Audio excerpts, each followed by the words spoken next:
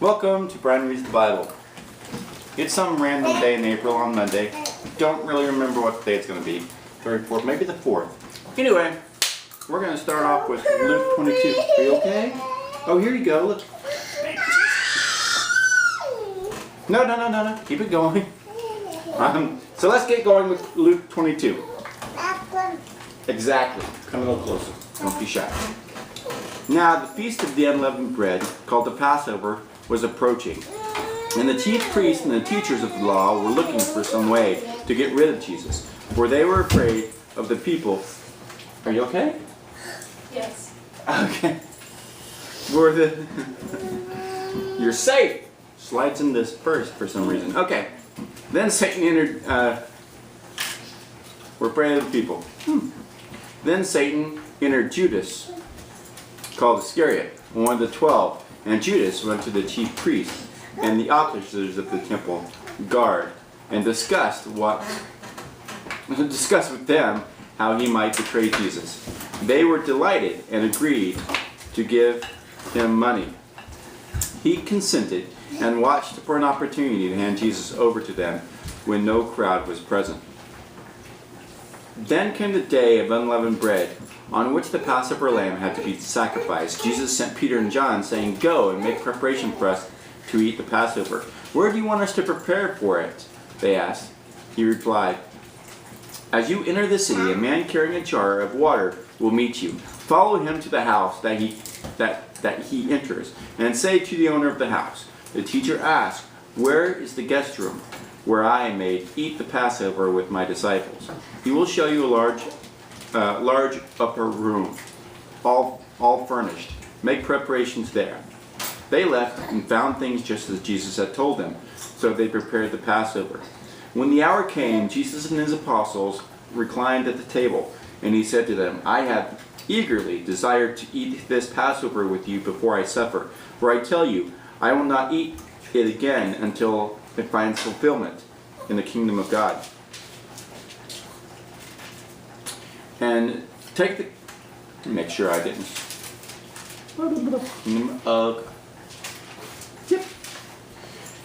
And taking the cup, he gave thanks and said, "Take this and divide it among you. For I tell you, I will not drink again of the fruit of the vine until the kingdom of God comes." And he took bread, gave thanks, and broke it, and gave it to them, saying, "This is my body given for you. Do this in remembrance of me." In the same way, after the supper, he took the cup, saying, "This cup is the new covenant in my body, which is poured out for you.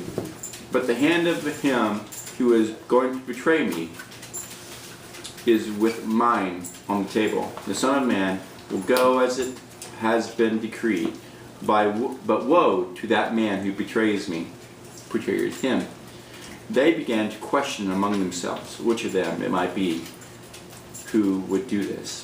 Also, a dispute arose among them as to which of them was considered to be greatest. Jesus said to them, "The kings of the Gentiles lord it over them, and those who exercise authority over them call themselves benefactors. But you are not to be like that. Instead, the greatest among you should be like the youngest, and the one who rules like the one who serves. For who is greater, the one who is at the table, or the one who serves? It is not the one who is at the table, but I am among you as one who serves. You are those who have stood by me in my trials, and I confer on you a kingdom, just as my Father conferred one on me, so that you may eat and drink at my table in the kingdom, and sit on thrones, judging the 12 tribes of Israel. Simon, Simon, Satan has asked to sift you as wheat, but I have prayed for you, Simon, that your faith may not fail. And when you have turned back, strengthen your brothers." But he replied, "Lord, I am ready to go with you to prison and to death." Jesus answered, "I tell you, Peter, before the rooster crows today, you will deny 3 times that you know me." Then Jesus asked him, "When I sent you without purse, bag, or sandals, Did you lack anything? Nothing, they answered. He said to them, but now, if you have a purse, take it, and also a bag.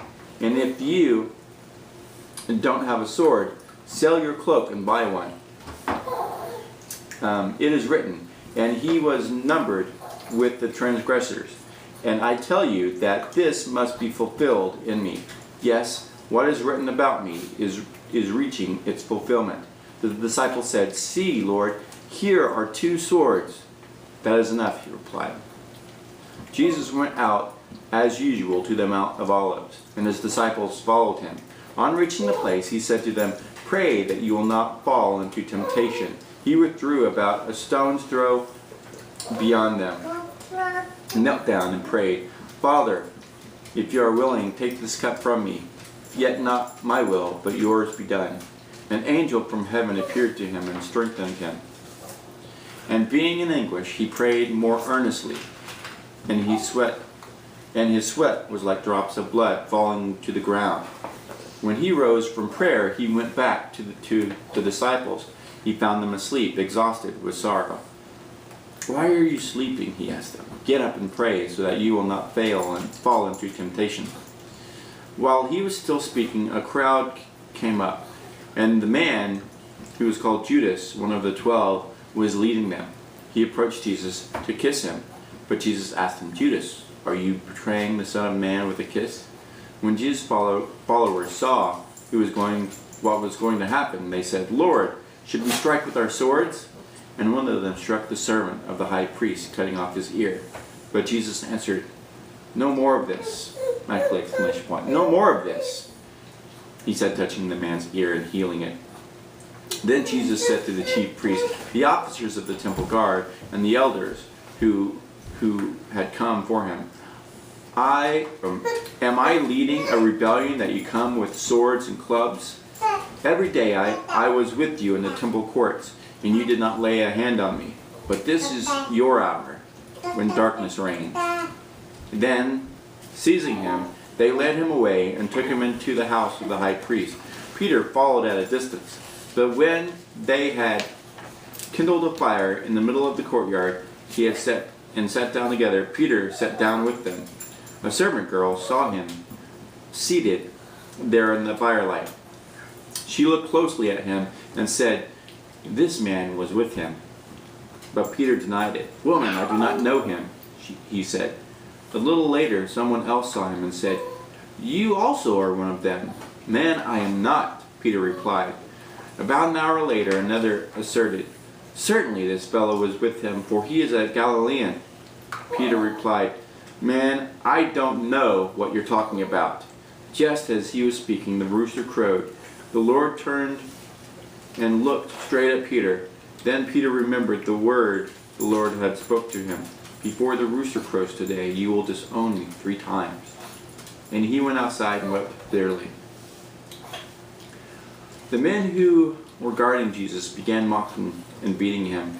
They blindfolded him and demanded, prophesy, who hit you?